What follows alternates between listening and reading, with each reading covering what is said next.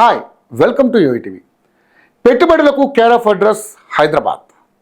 సాఫ్ట్వేర్లో భాగ్యనగరం టాప్. హైదరాబాద్ శరవేగంగా అభివృద్ధి చెందుతోంది.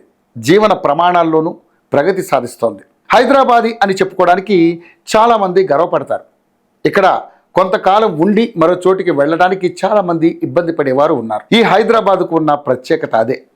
వందల ఏళ్ల పురాతన చరిత్ర, భిన్న సంస్కృతుల కలయిక, అత్యాధునికతను అందిపుచ్చుకోవటంలో జెట్ స్పీడ్, గరీబ్ నుంచి అమీర్ వరకు గౌరవంగా బతికే అవకాశం, భద్రమైన భౌగోళిక పరిస్థితులు, ఇవన్నీ హైదరాబాదుకు మాత్రమే ఉన్న ప్రత్యేకతలు. ప్రపంచంలో ప్రఖ్యాత నగరాలను పరిశీలిస్తే ఒక్కో నగరానికి ఒక్కో ప్రత్యేకత ఉంటుంది. గతం నుంచి వర్తమానం వరకు అంతర్లీనంగా ప్రవహించే ఓ జీవ లక్షణం కనిపిస్తుంది. అది అనేక సంక్షోభాలను దాటి అభివృద్ధి పదవిలో పయనిస్తోంది. కాలగమనంలో అనేక మార్పులకు లోనైనటువంటి విధానాన్ని చాటుతుంది. 4 శతాబ్దాల ఘనమైన చరిత్ర ఉన్నది హైదరాబాద్కు. ఓ 20-30 ఏళ్ళు వెనక్కి వెళితే నాటి నగరానికి నేటి సిటీకి ఎంతో తేడా కనిపిస్తుంది. దేశంలోని మెట్రోపాలిటన్ నగరాల్లో తనకంటూ ప్రత్యేకత స్థానాన్ని సంపాదించుకుంటోంది. అత్యంత వేగంగా అభివృద్ధి చెందుతున్న ఘనతను హైదరాబాద్ సొంతం చేసుకుంది. దేశంలోని అన్ని మెట్రో నగరాలతో పోలిస్తే ఐటీలో హైదరాబాద్ అగ్రగామిగా ఉంది.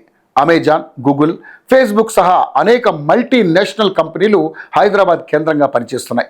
స్టార్టప్ హబ్గా కూడా నగరం ఎదుగుతోంది. దీనికి కారణం నగరంలో ఉన్న భద్రమైనటువంటి సౌకర్యవంతమైనటువంటి పరిస్థితులే. 16వ శతాబ్దంలో 3.5 చదరపు కిలోమీటర్లు ఉన్న నగర విస్తీర్ణం ఇప్పుడు 7,228 చదరపు కిలోమీటర్ల వైశాల్యానికి విస్తరించింది. 2011 జనాభా లెక్కల ప్రకారం 70,70,000 ఉన్న నగర జనాభా నేడు 1,20,00,000కు దాటింది. హైదరాబాద్ అనుకూలతలను గుర్తించి ఇతర నగరాల్లో ఉన్న పెట్టుబడులు కూడా ఇక్కడికి తరలి వస్తున్నాయి.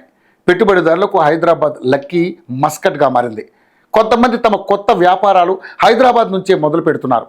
మరికొందరు హైదరాబాద్ వేదికగా వ్యాపార విస్తరణ చేస్తున్నారు. ఇంకొందరు తమ ప్రధాన కార్యాలయాలు హైదరాబాద్లో ఉండేలా జాగ్రత్త తీసుకుంటున్నారు. ఏదో ఒక రూపంలో తమ బిజినెస్కు హైదరాబాద్ లింక్ ఉండాలని కంపెనీలు కూడా తాపత్రయపడుతున్నాయి. ప్రపంచవ్యాప్తంగా ఉన్న ఫార్చ్యూన్ 500 కంపెనీల్లో స్థానం పొందినటువంటి 20కి పైగా ఎంఎన్సీలు హైదరాబాద్ కేంద్రంగా పనిచేస్తున్నాయి. హైదరాబాద్లోని ఐటీ క్యారిడర్లో ఎక్కడో ఒక చోట కొత్త కంపెనీల కార్యాలయాలు, ప్రారంభోత్సవాలు జరుపుతూనే ఉన్నాయి. దేశంలో భౌగోళికంగా అత్యంత అనువైనటువంటి ప్రాంతంగా హైదరాబాద్కు గుర్తింపు ఉంది.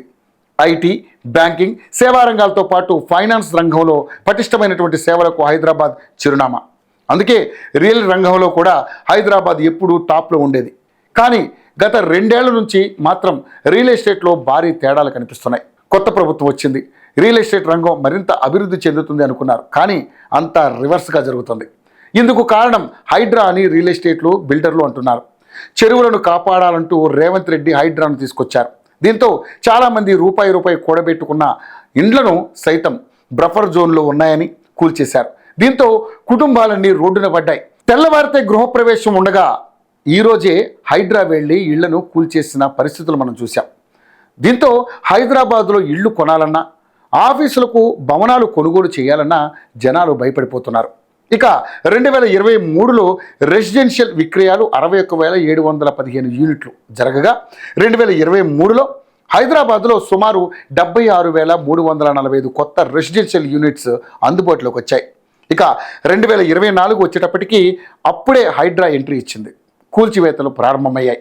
ఆ ఎఫెక్ట్ అంతా రియల్ ఎస్టేట్ రంగం మీద పడింది. ఇప్పటికే హైదరాబాద్లో అమ్ముడు కాని ఇళ్ళు 54,000కు పైగా ఉన్నాయి. దీంతో బిల్డర్లు చాలా కాలం నుంచి ఇబ్బందులు ఎదుర్కొంటున్నారు. ఆ కారణంగా 50,000 కోట్లకు పైగా రియల్ ఎస్టేట్ సెక్టార్లో స్ట్రక్ అయిపోయింది. అందుకే చాలా రియల్ ఎస్టేట్ కంపెనీలు లిక్విడిటీ సమస్య ఉంది.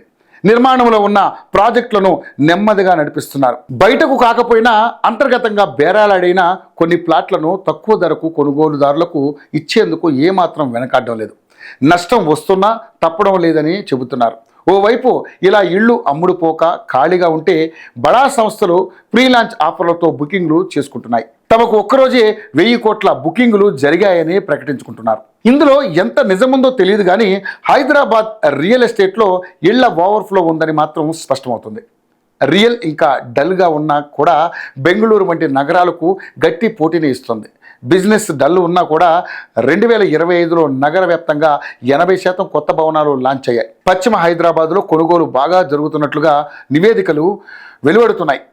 ఇక 2024తో పోల్చుకుంటే మాత్రం 13% మెరుగుపడింది.